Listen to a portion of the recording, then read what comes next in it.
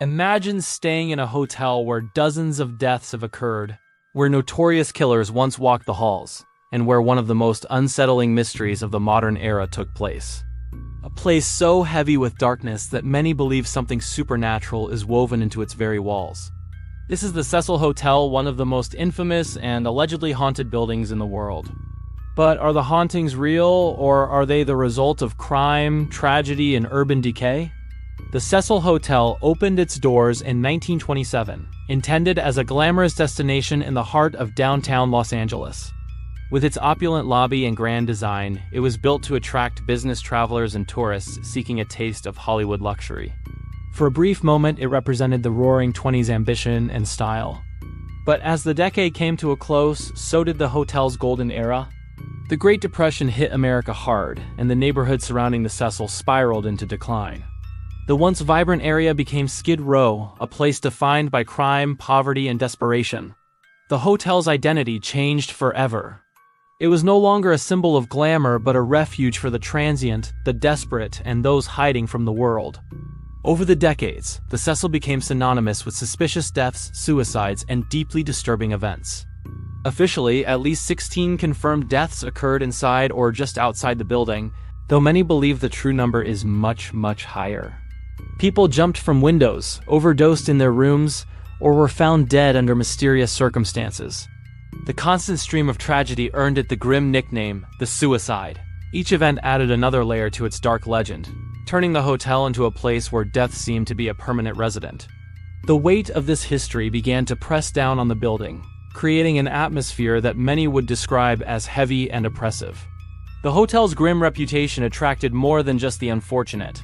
It also drew in pure evil. In the mid-1980s, one of America's most terrifying serial killers, Richard Ramirez, the Night Stalker, made the Cecil his home.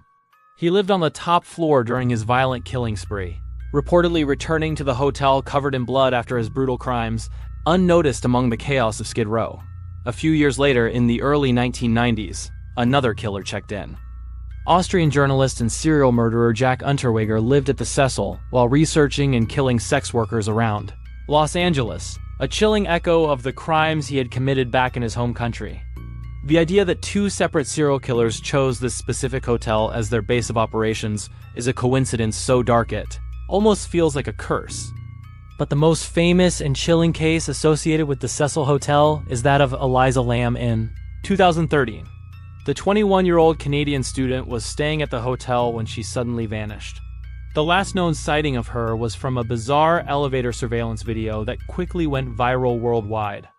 In the footage, Lam is seen acting erratically, peeking out of the elevator, hiding in the corner as if from an unseen pursuer, and making strange gestures with her hands. Then she disappears. For weeks, a massive search was conducted, but there was no sign of her. Guests at the hotel began complaining about low water pressure and a strange taste in the tap water. The hotel's maintenance staff investigated the rooftop water tanks, and what they found was horrifying. Floating inside one of the sealed tanks was Elisa Lam's body. How did she get up to the locked, alarmed roof? How did she get inside the massive water tank and close the heavy lid from the inside?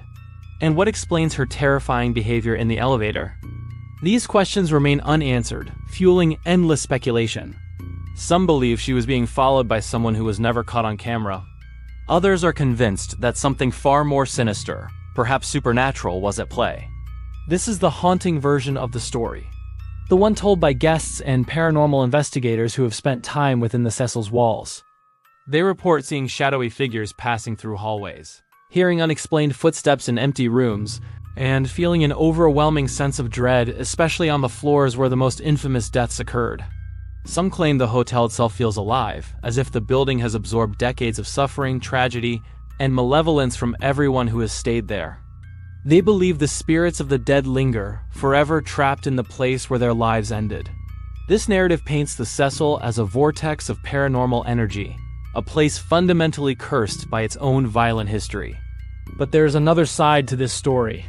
Skeptics argue that the Cecil Hotel's dark reputation is not due to ghosts, but rather to its environment and the human tragedies that unfolded there. Located in the heart of Skid Row, the hotel naturally attracted vulnerable people struggling with mental health issues, addiction, and extreme poverty.